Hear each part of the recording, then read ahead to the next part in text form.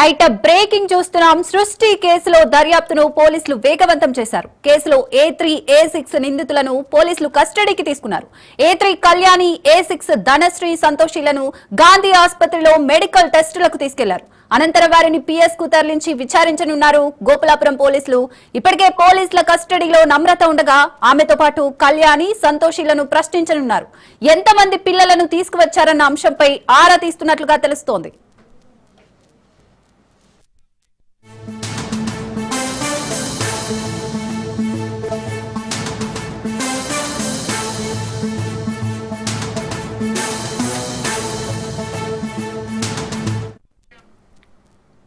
Right సృష్టి కేసుతో తెలంగాణ సర్కార్ అలర్ట్ అయింది. రాష్ట్రంలోని అన్ని IVF సెంటర్లపై ఫోకస్ చేయాలని సర్కార్ నిర్ణయించింది. ఇవాళ గ్రేటర్ హైదరాబాద్ లో వైద్య ఆరోగ్య శాఖ తనిఖీలు చేయనున్నారు. 3 రోజుల పాటు 35 బృందాలతో స్పెషల్ డ్రైవ్ నిర్వహించనున్నారు. గ్రేటర్ తర్వాత జిల్లాలోని IVF సెంటర్లలో సోదాలు చేయనున్నారు. తెలంగాణలో మొత్తం 381 IVF సెంటర్లుండగా గ్రేటర్ హైదరాబాద్ లో 157 IVF సెంటర్లున్నాయి. 29 అంశాలతో కూడిన లిస్టును వైద్య ఆరోగ్య శాఖ రెడీ చేసుకుంది.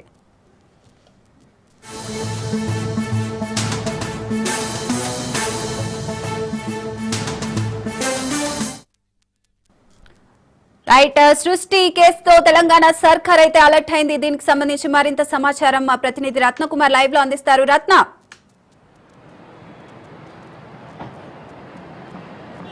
సృష్టి కేసులో ఇప్పటికే ప్రధాన నిందితులను అదుపులోకి తీసుకోవడం జరిగింది. వాళ్ళను అరెస్ట్ చేసి రిమాండ్లకు తరలించిన అనంతరం ఇందులో కీలకంగా ఉన్నటువంటి వ్యక్తులను ఇప్పుడు కస్టడీకి తీసుకొని విచారణ సైతం చేస్తున్నారు. ఇక నిన్న ఇందులో నిర్వాహకురాలు నమ్రతను కస్టడీ విచారణకు తీసుకున్నారు. నేను ఆమెను సుదీర్ఘంగా విచారించడం జరిగింది. ఈ కేసులో A1 గా ఉన్నారు సృష్టి టెస్ట్ బేబీ సెంటర్ నిర్వాహకురాలు నమ్రత.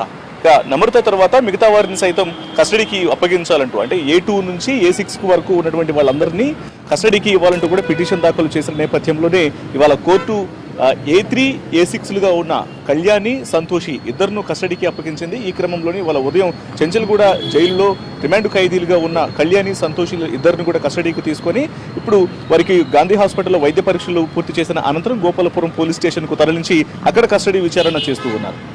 ఇదిలా ఉంటే ఇప్పటికే ఈ కేసులో అనేక మోసాలు అనేవి వెలుగులోకి వచ్చిన తర్వాత ఒకవైపున ప్రభుత్వం మీద ఇది ఇబ్బందికరంగా మారేటటువంటి అవకాశం ఉంది.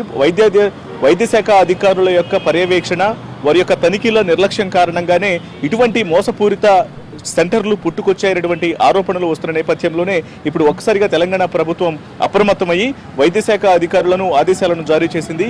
ఇమ్మీడియట్ గా మీద ఒక బృందాన్ని ఏర్పాటు చేసి మొత్తం తనిఖీలు నిర్వహించాలనేటువంటి ఆదేశాలు జారీ చేయడంతో ఇప్పుడు వైద్య శాఖ అధికారులు అప్రమత్తమయ్యారు. మొత్తం 35 టీంలు 3 రోజుల పాటు రాష్ట్ర వ్యాప్తంగా ఉన్నటువంటి IVF సెంటర్ల మీద రైడ్స్ తనిఖీలు నిర్వహించబోతున్నాయి. అసలు ఏ సెంటర్లు ఫార్మాలిటీస్ అంటే ఉన్నటువంటి రూల్స్ను, నిబంధనలకు లోబడుతూ పనిచేస్తున్నాయా లేకపోతే మోసాలు చేస్తున్నారా అనే దాని మీద ప్రస్తుతం ప్రత్యేకంగా దృష్టి సారించేటువంటి అవకాశం ఉంది ఈ యొక్క తనిఖీల ద్వారా. మొత్తం తెలంగాణ రాష్ట్ర వ్యాప్తంగా 381 IVF సెంటర్లు ఉన్నాయి. ఇందులో ఒక హైదరాబాద్లోనే 157 IVF సెంటర్లు ఉన్నాయి. సో ఇప్పుడు ఈ సెంటర్లన్నింటిలో కూడా ఇప్పుడు వైద్య శాఖ అధికారులు 3 రోజుల పాటు తనిఖీలు నిర్వహించబోతున్నారు.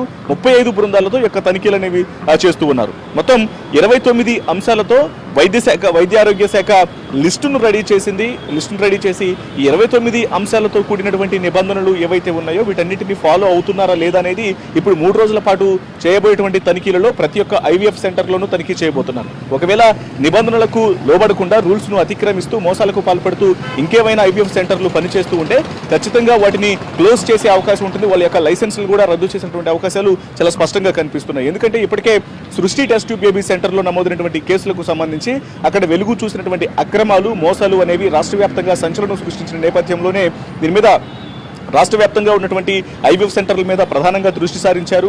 ఒకవైపున సికింద్రాబాద్తో పాటు విజయవాడ, వైజాగ్ ప్రాంతాల్లో సైతం వీళ్ళు అక్రమాలకు పాల్పడ్డారు, పెద్ద ఎత్తున మోసాలకు పాల్పడ్డారనేటువంటి విషయాన్ని ఐడెంటిఫై చేశారు. కాబట్టి ఇక రాష్ట్ర వ్యాప్తంగా ఉన్నటువంటి IVF సెంటర్లు పనితీరు ఎలా ఉంది, వాళ్ళు ఏ రకంగా పనిచేస్తున్నారు, ఎలిజిబిలిటీ ఉన్నటువంటి డాక్టర్లే పనిచేస్తూ ఉన్నారా లేకపోతే ఫేక్ డాక్టర్లను తీసుకొచ్చి ఇష్టానుసారంగా మోసాలకు పాల్పడుతూ వైద్య సహాయాలు అందిస్తున్నారా, పిల్లలు లేకుండా వచ్చినటువంటి భార్యాభర్తలకు ఏ రకమైనటువంటి ట్రీట్మెంట్లు అందిస్తున్నారు అనే దానికి సంబంధించినటువంటి 29 అంశాలతో కూడిన లిస్ట్ అనేది ప్రిపేర్ చేస్తున్నారు. కాబట్టి ఈ లిస్టును ప్రకారం కూడా ఈ యొక్క తనిఖీలు నిర్వహించబోతున్నారు.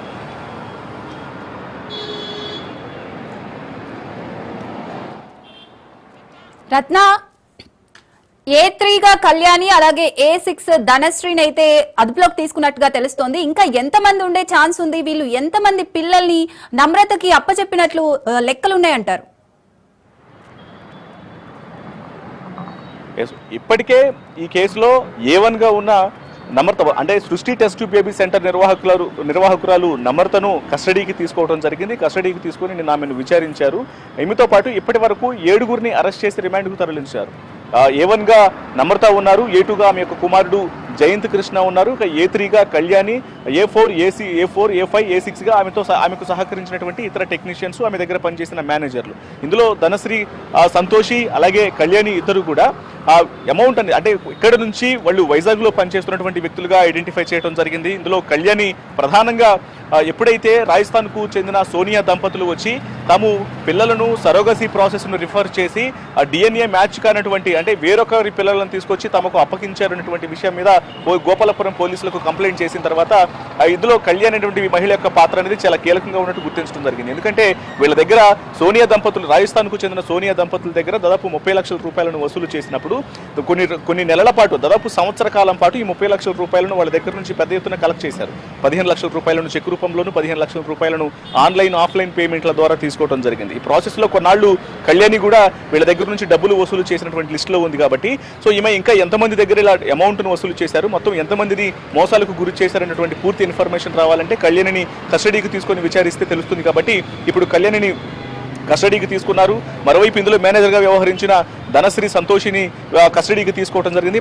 ప్రస్తుతానికి ఇవాళ A3, A6లుగా ఉన్న ఇద్దరిని కస్టడీకి తీసుకున్నారు. ఇక ఎల్లుండి సోమవారం రోజున మిగతా ఎవరైతే A2గా ఉన్నటువంటి వ్యక్తి, A4, A5లను కూడా కస్టడీకి తీసుకున్నటువంటి అవకాశాలు ఉంటాయి. ముఖ్యంగా A2గా ఉన్న నమ్రత కొడుకు జయంత్ కృష్ణ యొక్క కస్టడీ విచారణ అనేది కీలకం కాబోతుంది. ఎందుకంటే టోటల్గా సృష్టి టెస్ట్ బేబీ సెంటర్లో జరిగినటువంటి మోసాలకు సంబంధించి పూర్తిగా ట్రాన్సాక్షన్స్ అన్ని కూడా, ఫినాన్షియల్ కార్యకలాపాలన్నీ కూడా జయంత్ కృష్ణయ్య చేయడం, పైగా ఎవరైనా తాము మోసపోయామని గ్రహించి వచ్చి వాళ్ళని నిలదీసినప్పుడు తాను అడ్వకేట్ అని చెప్పి ఇబ్బందులకు గురి చేశాడు, వాళ్ళనే భయభ్రాంతులకు గురి చేసినటువంటి ఘటనలను కూడా పోలీసులు ఐడెంటిఫై చేశారు. కాబట్టి వీటన్నిటి మీద విచారించేటువంటి అవకాశాలు ఉన్నాయి జయంత్ కృష్ణను. మొత్తానికి ఇందులో ఇప్పటి వరకు A1 నుంచి A6గా ఎంతమంది ఎవరెవరినైతే అదుపులోకి తీసుకోవడం జరిగిందో మొత్తం 7గురిని కస్టడీకి తీసుకొని A7 వరకు వాళ్ళని విచారిస్తే ఇంకా ఎవరెవరి ప్రమేయం ఉందనేది కూడా బయటకు వచ్చేటువంటి అవకాశాలు ఉంటాయి. వీరితో పాటు గాంధీ హాస్పిటల్లో పనిచేస్తున్న సదానందం అనేటువంటి ఎనెస్థీషియా డాక్టర్ యొక్క ప్రమేయాన్ని కూడా గుర్తించారు. కాబట్టి అతని యొక్క ప్రమేయం ఎంతవరకు ఉందనేది కూడా ఈ కస్టడీ విచారణలో వెలుగులోకి వచ్చేటువంటి అవకాశాలు ఉంటాయి. Right, thank you Ratna.